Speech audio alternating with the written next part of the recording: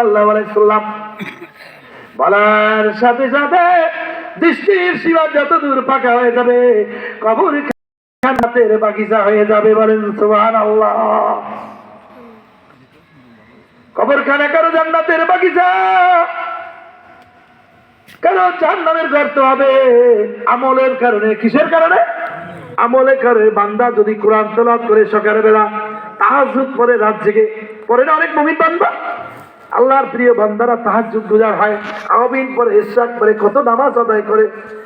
দুনিয়া হলো এমন একটা স্টেশন, এই স্টেশনে দ্বিতীয়বার আসার কারো কোনো সুযোগ নাই, এখানে দ্বিতীয়বার আসার কারো কোনো সুযোগ নাই। আছে নাকি?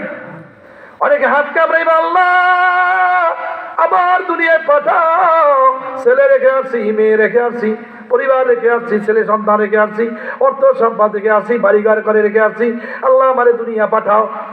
নামাজ পড়বো, রোজা রাখবো, দান করবো,